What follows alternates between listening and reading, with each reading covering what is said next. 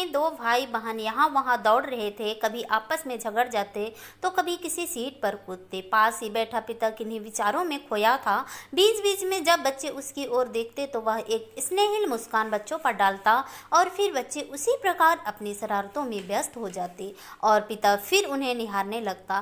Train के सहयात्री बच्चों की चंचलता से परेशान हो गए थे और पिता के रवैये से नाराज। क्योंकि रात्रि का समय था अतः सभी आराम करना चाहते थे। बच्चों की भागदौड़ को देखते हुए एक यात्री से रहा न गया और लगभग झल्लाते हुए बच्चों के पिता से बोल उठा, कैसे पिता हैं आप? बच्चे इतने शैतानियां कर रहे हैं और आप उन्हें रोकते टोकते नहीं बल्कि मुस्कुराकर प्रोत्साहन दे रहे हैं। क्या आपका दायित्व नहीं है कि आप इन्हें समझाइए? उन सज्जन की शिकायत से अन्य यात्रियों ने राहत की सांस ली। अब यह व्यक्ति लज्जित होगा और बच्चों को रोकेगा। परंतु उस पिता ने कुछ क्षण रुक कर कहा कि कैसे समझाऊं, बस यही सोच रहा हूँ भाई साहब। यात्री बोला, मैं कुछ समझा नहीं।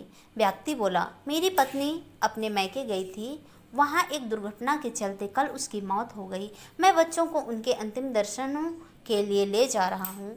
इसी उलझन में हूँ कि कैसे समझाऊँ इन्हें कि अब ये अपनी माँ को कभी देख नहीं पाएंगे। उसकी यह बात सुनकर जैसे सभी लोगों को सांप सूंघ गया। बोलना तो दूर, सोचने तक की सामर्थ्य नहीं रही सभी की। बच्चे यथावत शैतानियां कर रहे थे। अभी भी वे कंपार्टमेंट में दौड़ भी लगा रहे थे। वह व्यक्ति फिर मौन हो गया। वातावरण में कोई परिवर्तन ना हुआ, पर वे बच्चे अब उन यात्रियों को शैतान अशिष्ट नहीं लग रहे थे, बल्कि ऐसे नन्हे कोमल पुष्प लग रहे थे जिन पर सभी अपनी ममता उड़ेलना चाह रहे थे। उनका पिता अब उन लोगों को लापरवाह इंसान नहीं वरन अपने जीवन साथी के विछोह से दुखी दो बच्चों का अकेला पिता और माता भी दिखाई दे रहा।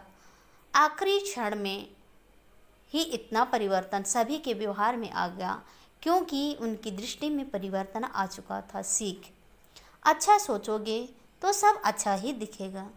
आशा करती हूँ दोस्तों आप लोगों को यह कहानी पसंद आई होगी। अगर कहानी पसंद आई तो कहानी को लाइक कीजिए, शेयर कीजिए, कमेंट कीजिए और ऐसी ही कहानी सुनने के लिए प्लीज़ हमारे चैनल को सब्सक्राइब जरूर कीजिए।